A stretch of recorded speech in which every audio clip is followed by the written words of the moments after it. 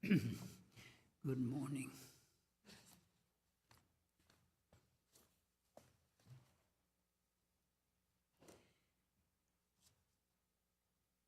Om Asato Ma Sadagamaya Tamaso Ma Jyotirgamaya Mrityoramamritam Gamaya Aviraviramaedhi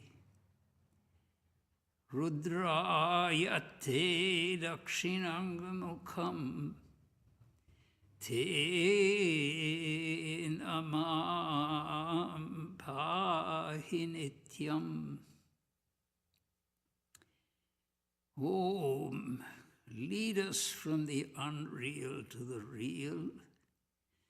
Lead us from darkness unto light. Lead us from death to immortality. Reach us through and through ourself, and evermore protect us from ignorance by thy sweet, compassionate face.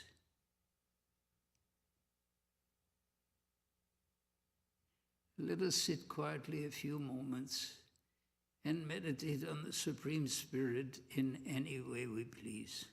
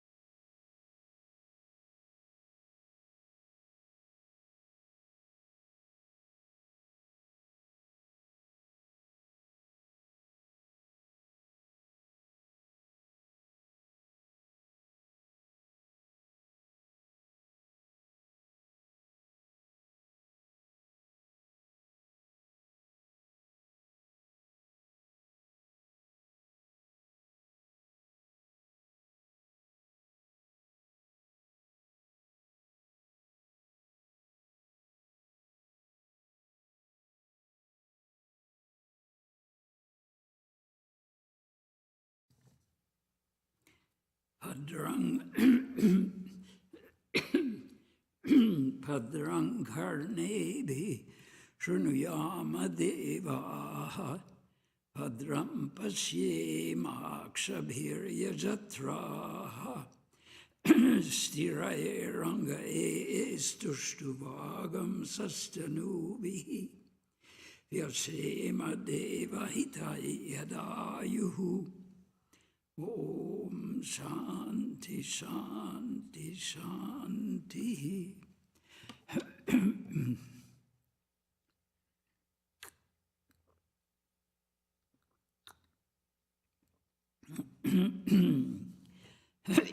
May we hear with our ears what is auspicious. May we also clear our throats. May we see with our eyes what is auspicious. May we enjoy with strong limbs and bodies the life allotted to us. Om, peace, peace, peace be unto us all.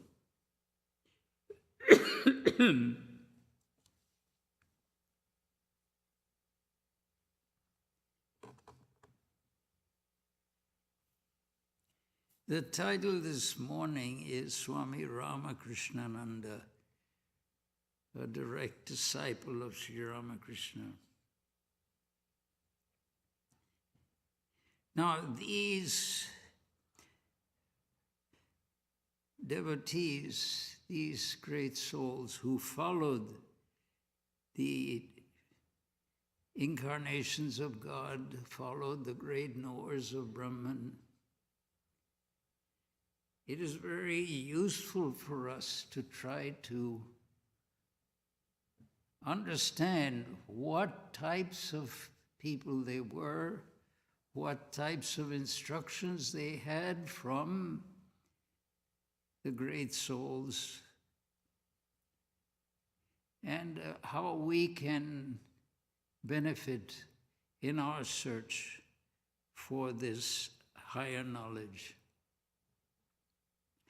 And of this knowledge, there are two types of knowledge, as it's explained in the Mundaka Upanishad. There is the conventional knowledge, which in the Mundaka Upanishad is listed as the four Vedas, Rig Veda, Yajurveda, Samaveda, Atharva Veda. Four Vedas, that is considered the lower knowledge. And not only that, all the sciences and all the technologies and all the ordinary teachings and knowledge that we pride ourselves with, what we go to school for, 12 years of public school, 4 years of undergraduate school, 2 additional for a master's degree, probably 4 additional for a doctorate degree. All of that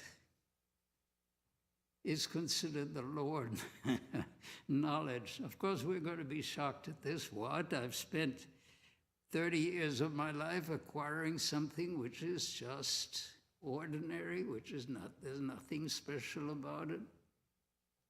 It's knowledge, but it's not fundamental knowledge. Even if we study science, even if we study the latest advances in physics and astronomy, where so many things are talked about, all of that is considered the lower knowledge. In this Mundaka Upanishad. Now, what is it that is considered the higher knowledge? Is there anything left over? Everything that we're ordinarily familiar with is considered, the lower knowledge. So what is it? What is it that is considered the higher knowledge? Yaya tad aksharam adhigamyate. Yaya, that by which aksharam, the undecaying, adhigamyate, is attained. That is considered the higher knowledge. Everything else that we normally pride ourselves with is, all right, it's knowledge, but it's quite ordinary. Now, what is it that enables us to attain the akshara, the undecaying? And what is this concept of the undecaying? So the lives that we have been studying of the great souls who have practiced these disciplines, they illustrate to us the answer to these questions. We're studying their lives not because it's so interesting and entertaining, but because they have gone ahead of us on a path that all of us are going to have to follow. So, what is this akshara, the undecaying? If you want to, of course, science always tries to get down to the most fundamental of fundamentals. What is it that is the fundamental reality in our life? What types of reality are there? What we're familiar with, which we see and experience every day of our lives, is something which has come into existence.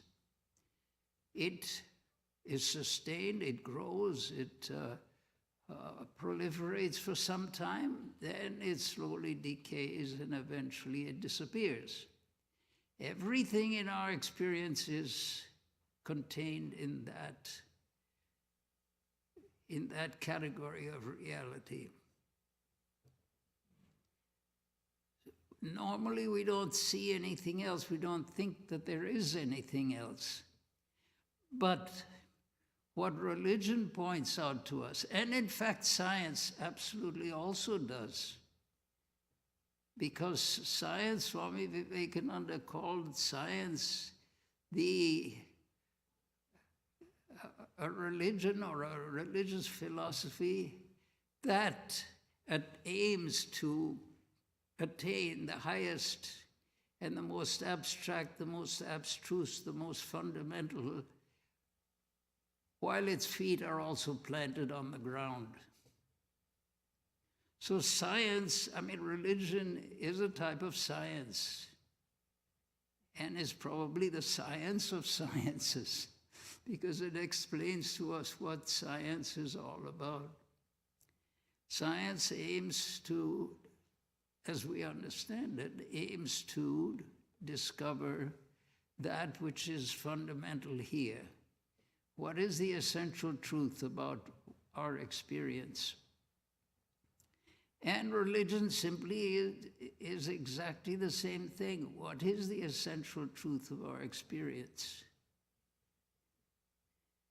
And in that context, the same quote that I started in the beginning, that there are two types of knowledge, that which comes and goes and that which is fundamental, which has never come because it was always here, and because it's fundamental and always present, has never come, it can never go.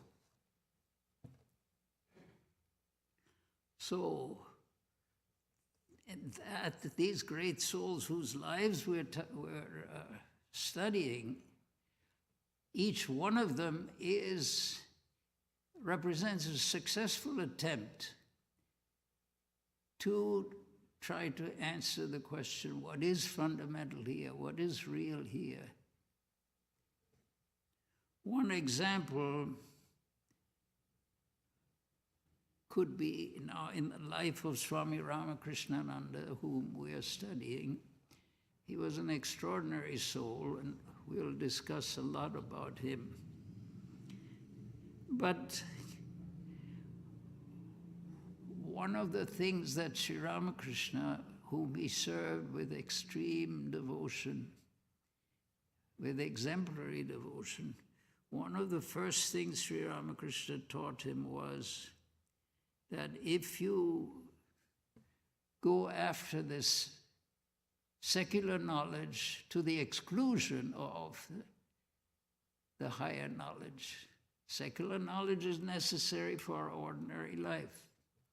But if we make that the central purpose and we neglect the attempt to discover the undecaying, the eternal, the foundational, the ultimate support, then we're missing our goal. We're missing our path. The science is absolutely essential to manage in this world. The knowledge of this world is necessary to manage in this world. But this life will come to an end, and then what? There are different ideas. There's reincarnation, but if reincarnation means we go through the same thing again, have we learned anything? Slowly we learn a little. But what is it that we learn? In the midst of this coming and going, which is the story of our life, we should try to find that which does not come and go. That which has not come because it was always here, and because it was always here and as the foundation of everything that is here, it can never go. There's no possibility of changing that which is unchangeable. And so these are the lives of the people that we're studying. Each of them is an attempt, a process, is a soul in process of discovering its own reality, its own nature. So one of the first lessons that Swami Ramakrishnananda learned from Sri Ramakrishna was along these lines. He was interested in poetry, in spirituality, in art, in music.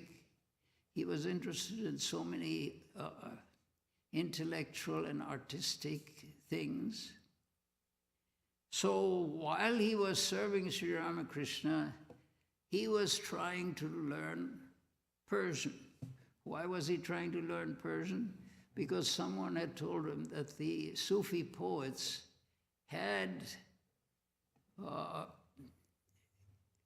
discovered a beautiful path, had expressed their thoughts in great language, very inspiring ideas. So he decided to learn Persian in order to read the Sufi poets in the original, which is wonderful. There was no... Sri Ramakrishna didn't criticize that. But what he criticized was what Swami Ramakrishnananda, whose name was Shashi at the time, Shashi Bhushan Chakravarti, he, in order to do that, he was neglecting his service of his spiritual teacher.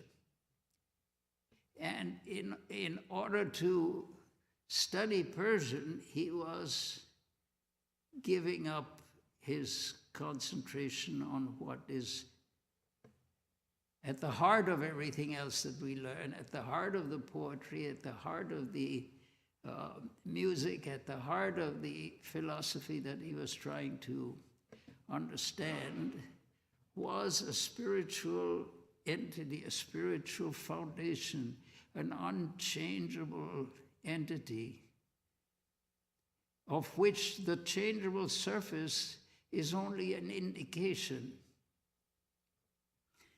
So he told him that if you neglect your duty, which means he was supposed to serve in this temple where Sri Ramakrishna was living, he was supposed to serve Sri Ramakrishna and help and through service absorb the essence what Sri Ramakrishna was teaching. And of course that it opens up an entirely new system of thought.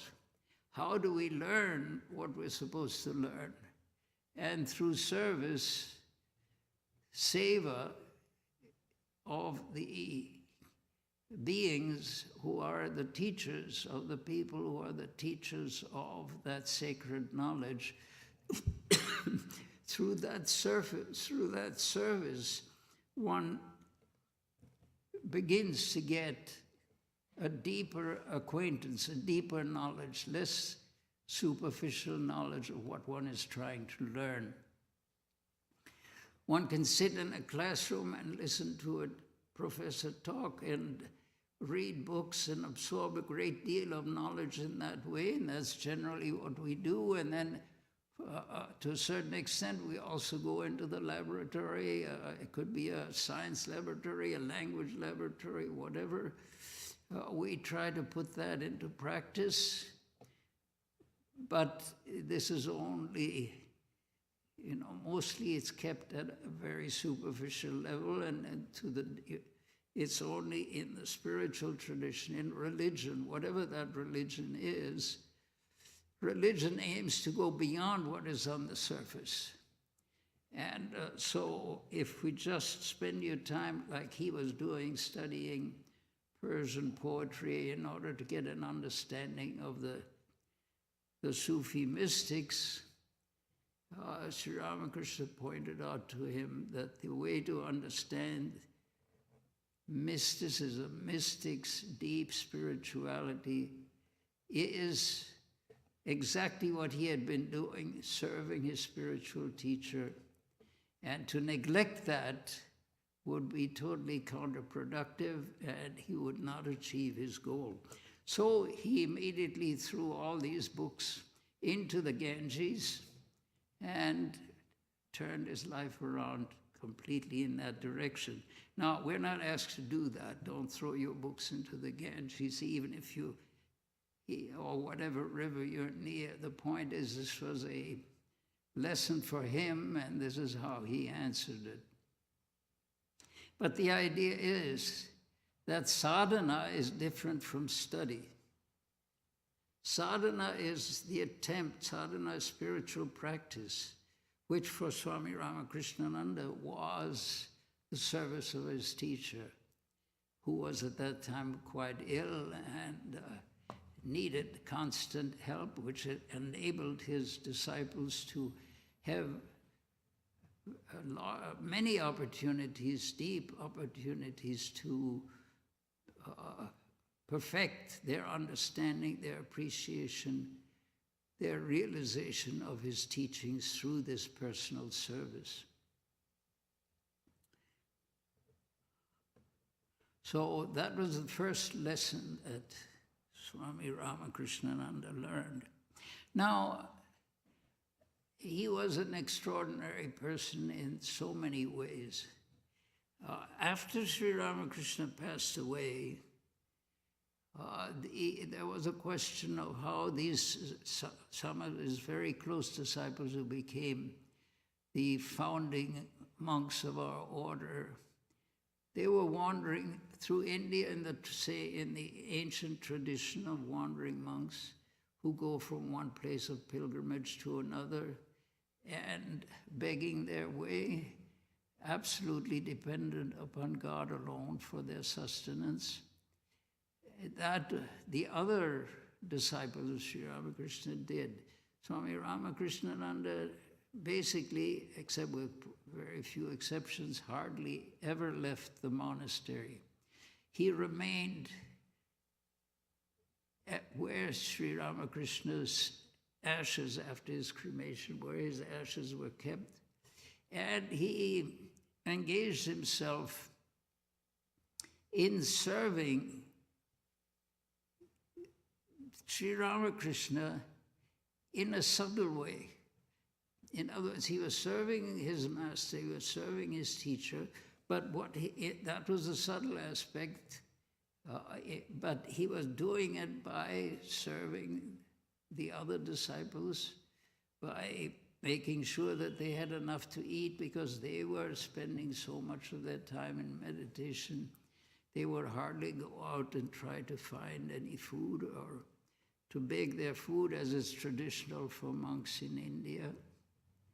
So he was, Sri Ramakrishna called him the mother of the monastery.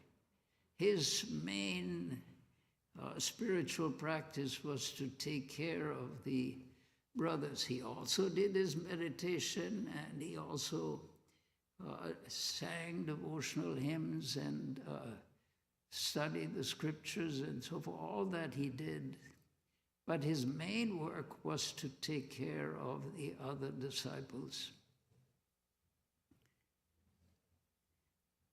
And that began at Anpur a few months after Sri Ramakrishna had passed away.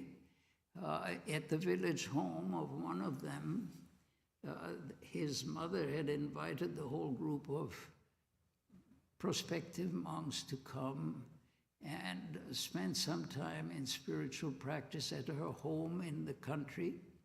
So they all came and undertook great periods of worship and study and meditation.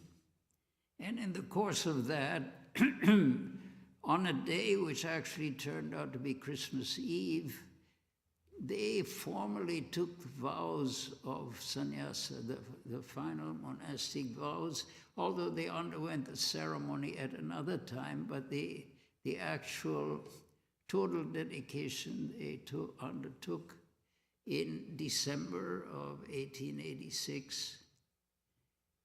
And as Swami Ramakrishnananda was there, he was given the name Ramakrishnananda because of his enormous devotion to the service of Sri Ramakrishna while he lived.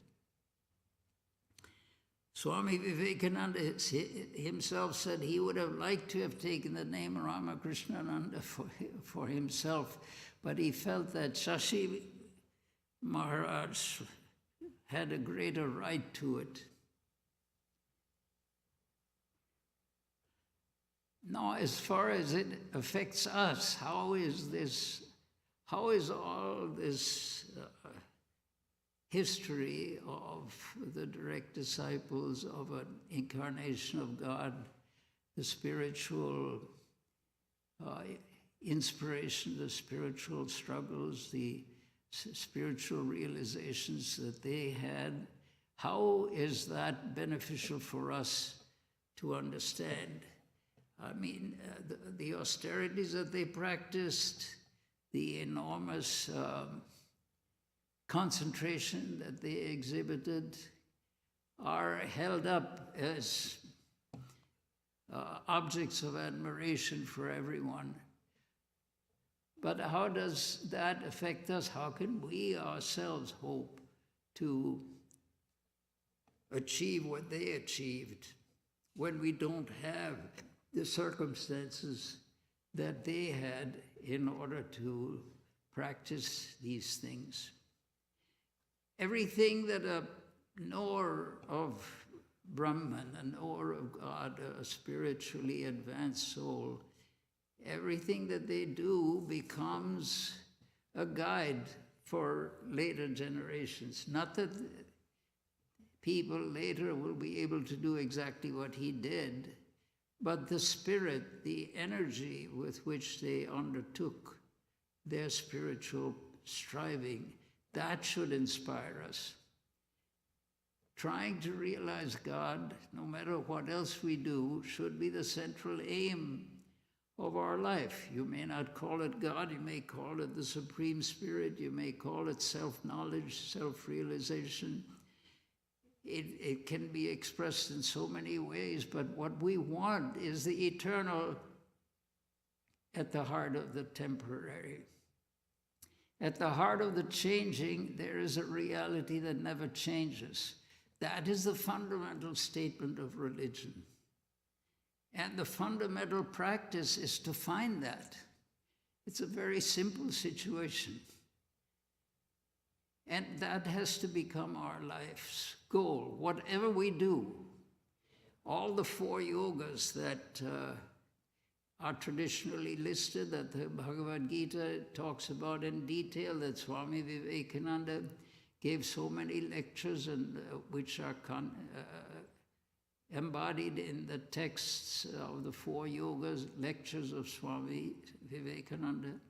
All of those things The purpose of it all is to, in one way or another, to perceive the unchanging at the heart of that which changes.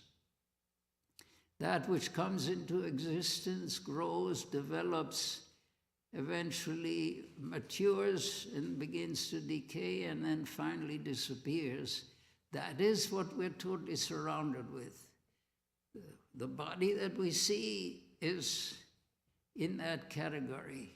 All the things in this world are in that category.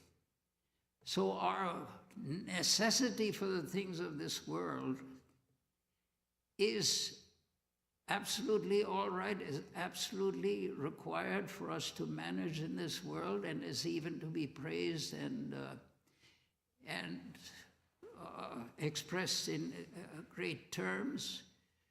But we should never forget that at the heart of everything that changes, at the heart of everything that changes, there is a reality which does not change, which has not come into existence, and therefore it can never decay, it can never disappear.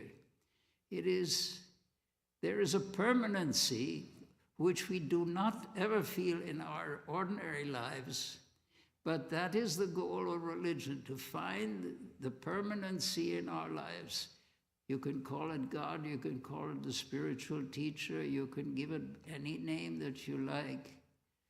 But the basic lesson is to find that which is permanent and unchanging and eternal at the heart of everything that changes.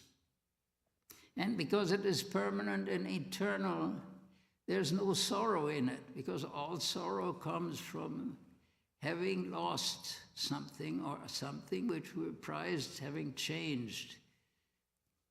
That which is and always was and can never change, and the perception of that, the experience of that, is the goal of religion. When we perceive that, we actually become that. Brahmavid Brahmaiva Bhavati. The knower of Brahman, that is that reality, that unchangeable reality, becomes Brahma, becomes that reality. You cannot know the unchanging without yourself being identified with the unchanging. That is the message of religion. Now, what we are trying to see in these various talks on the disciples of Sri Ramakrishna is how they attained that, or how each one of them did it in their own way.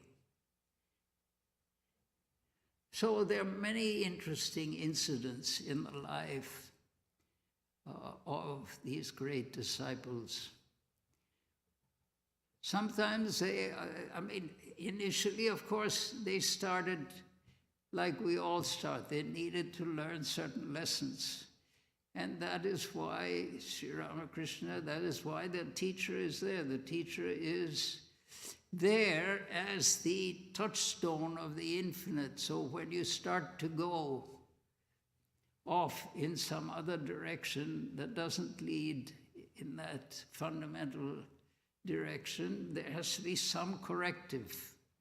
And that corrective is a spiritual teacher. That corrective is the fact that the Lord comes down from time to time and is embodied in a way that will make him accessible to us and enable us to correct our course. Until we complete the course, we're not going to be released. I mean, yes, we will pass away, but the theory of reincarnation, again, stipulates, as is well explained in the Bhagavad Gita, stipulates that until we have finished our program, until we have Brahmavid Brahmaiva Bhavati, until we become knowers of Brahman, actually become that reality, we're not released. So there's no doubt, are we going to realize Brahman? Are we going to realize God? Yes. because we can't get out of this until we do. So, now as far as Swami Ramakrishnananda, he had a very eventful life after that. Because he was also extremely concentrated on the path of devotion. Path of devotion means, for him, meant worship of his guru, worship of Sri Ramakrishna. And for that purpose, he would sometimes oppose Swami Vedananda, whom Sri Ramakrishna had appointed as the leader of all his future monastic disciples. He would oppose Swami Vivekananda's insistence.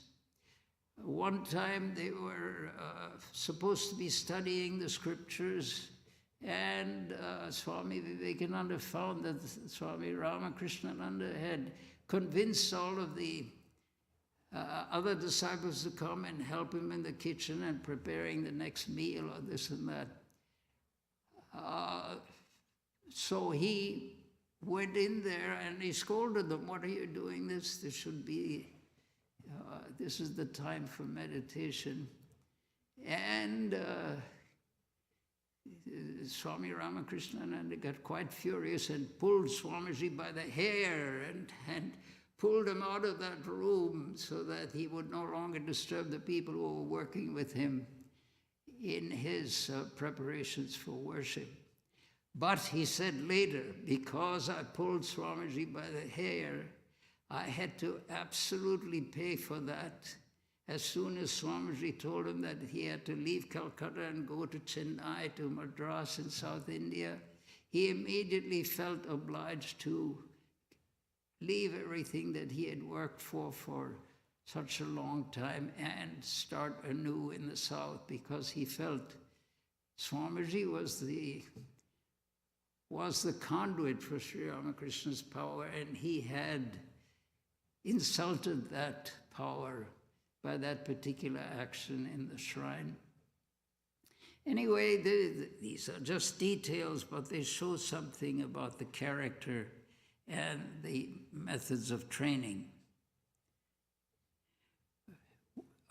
So then he was extremely devoted to the Holy Mother, Sri Sarada Devi, and he invited her to South India. And when she came to South India, he was all attention to her and with great devotion. She didn't know the language. This was in Bangalore, in Kannada. She didn't know that language. She couldn't talk to them in a language that they could understand. She didn't know English. She only knew Bengali.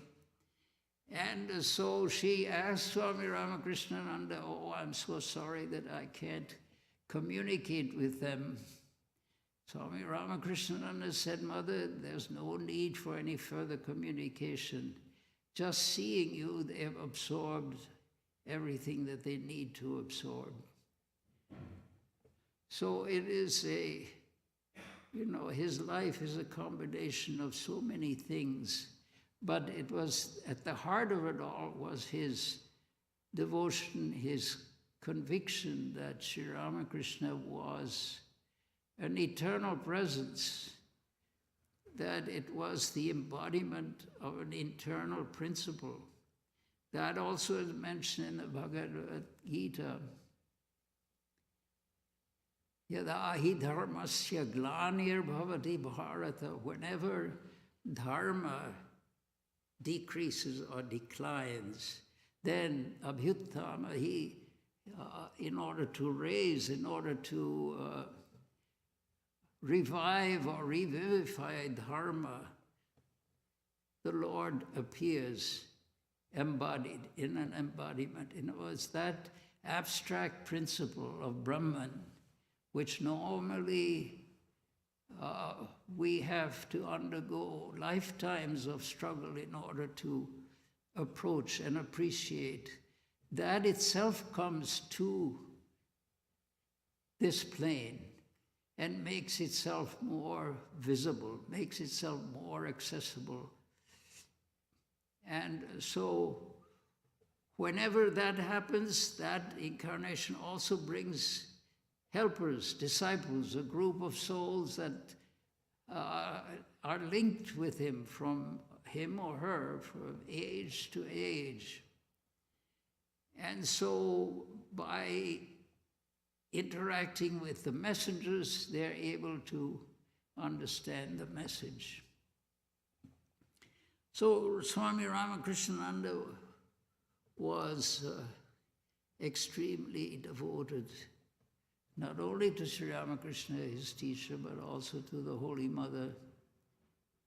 And he made every effort to make her pilgrimage to the south of a great benefit to the people of that area. There's a little hillock, a little piece of raised ground at the Bangalore ashrama.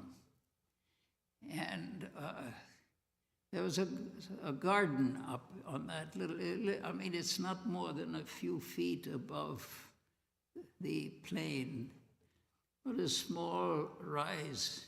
And one day Holy Mother went there on that slightly elevated area to see the sunset. And Swami Ramakrishnananda came running there and said, "Oh, Mother has become Parvata Vasini," means the dweller on the mountain.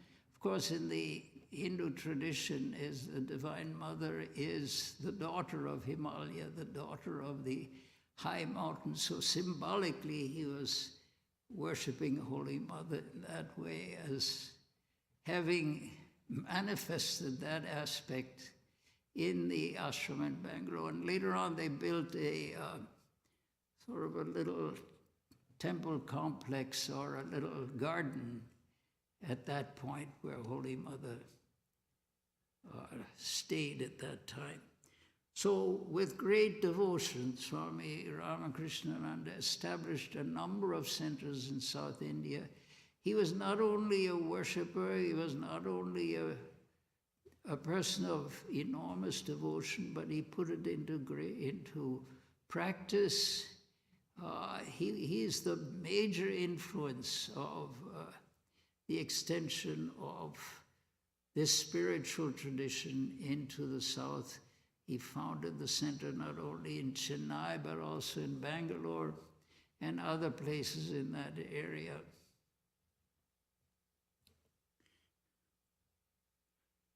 So, but he also did things that maybe nowadays would seem a little bit unusual. If it was raining, and if somehow the roof was leaking and some water was spilling on the altar where Sri Ramakrishna was worshipped, where his picture was, he would hold an umbrella over the picture so that the water would not drip on the picture. Now we think, okay, this is very nice and very inspiring, but it doesn't seem to be fit for the times, or maybe seems a little extreme. But the point is, this is the way we should really, we may not actually do that, hold umbrellas over pictures, but the feeling that prompts it should be part of our consciousness, should be something that we should aim for, that God is a reality.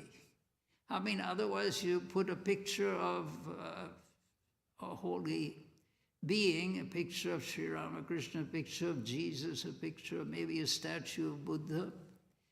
You put that in a certain place and you bow to it a few times, and maybe you offer it a little something, and you think, yes, I've done my duty, fine, I can, I get a lot of benefit from this. But those things are supposed to be symbolic. They're not supposed to be thought of the be-all and end-all of everything.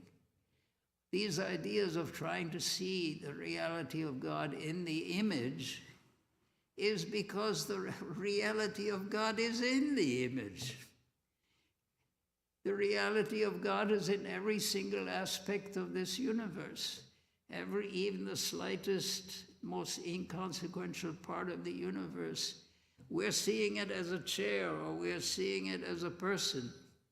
Actually, it is only the divinity. There is nothing else but divinity in this world. And how are you going to realize that? Unless you start by seeing divinity in pictures or in images or in some special places, then if that's just on the way to seeing divinity everywhere. You start by seeing divinity in a picture. Now, is this considered image worship or something that is supposed to be criticized? No, because that divinity is present in everything, but we're not able to see it. And if someone tells you, see God everywhere, you'll be also in that same position. Where and how is this done? So we start by seeing God in this image. And then we develop from that, we treat that image in a certain way with great respect and all that because we see God in it. But everything in this universe is supposed to be treated with the same respect. Everything that we do for the image, we should do for everything in the universe. Because there is nothing but God anywhere. That is what the great souls who have realized Brahman, who have realized that, tell us. Sarvam khalu idam brahma. All of this indeed is Brahman. This is the Upanishadic statement. But in order to actually, how do we do it practically? In order to do it in practice, we start by seeing God in an image. And then we can actually serve that image. I mean, this may not be our way of doing things, that's fine, but this Swami Ramakrishnananda, that was his method. He saw as though Sri Ramakrishna were in that image, and if it rained and the roof leaked, and so water was falling on the image, he would hold an umbrella over it. Now, why didn't he just move the picture somewhere else where it wasn't leaking? No, he didn't want to disturb the master, didn't want to disturb Sri Ramakrishna. He held an umbrella over him. For him, that image was real, was Brahman, was God. But that's just the beginning. Of course, he fully realized the presence of God everywhere. But from our purposes, that is the purpose. If we decide to do this, this is not necessarily our particular practice, but if we decide to do this, we can try to see God in an image, try to see the infinite in the finite, which is only a beginning, which is only an attempt to see the infinite in everything finite, and eventually to see that the finite is actually a decoration on the infinite. Anyway, so these different practices that these great souls undertook in order to realize God, and after they had realized God, they continued these practices in that way. There's a great meaning in it all. We should not simply dismiss it all. This is image worship, and I don't feel like doing that. That's fine. I don't feel like doing it is okay.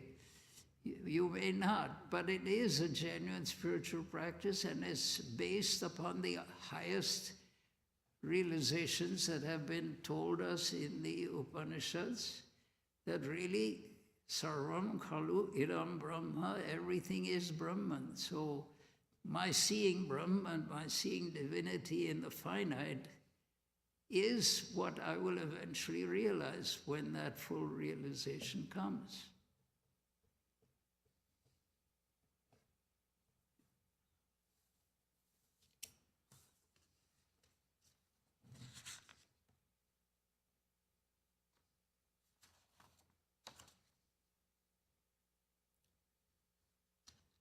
The subject for next Sunday is How Are We Reborn? Part 3. This will be the third lecture in the series. This talk will be given by Swami Vedananda. On Sunday evenings, Swami Vedananda holds an online class at 6 p.m. on the foundational texts of Indian philosophy. The Zoom and YouTube links are available on our website's homepage, as well as in the monthly email bulletin. On Wednesday evenings, we have Vespers with meditation at 7:30 p.m. in this auditorium. On Friday evenings, Swami Vedananda holds a scripture class at the Old Temple at 7:30 p.m. Please use the auditorium entrance on Filbert Street. The current text for study is the Bhagavad Gita. The class is also streamed on YouTube and on Facebook. Your cooperation in wearing a mask and maintaining social distance is greatly appreciated. If you would like to make an offering, a collection plate will be available on the cart at the door as you leave. There's also a mounted offering box near the auditorium door in the foyer. You and your friends are cordially invited to attend all of our services. After the lecture, there will be a question and answer session in Vivekananda Hall, and all are welcome.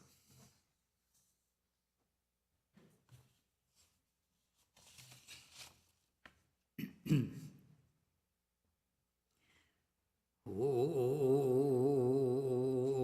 Dhyahu Shantihi Antariksham Shantihi Prithivi Shantihi Apo Shanti Roshadaya Shantihi Vanaspataya Shantihi Vishwe Deva Shantihi Brahma Shantihi Sarvam Shantihi Shantireva Shantihi Same Shantiredhi Om Shantihi Shantihi Shantihi.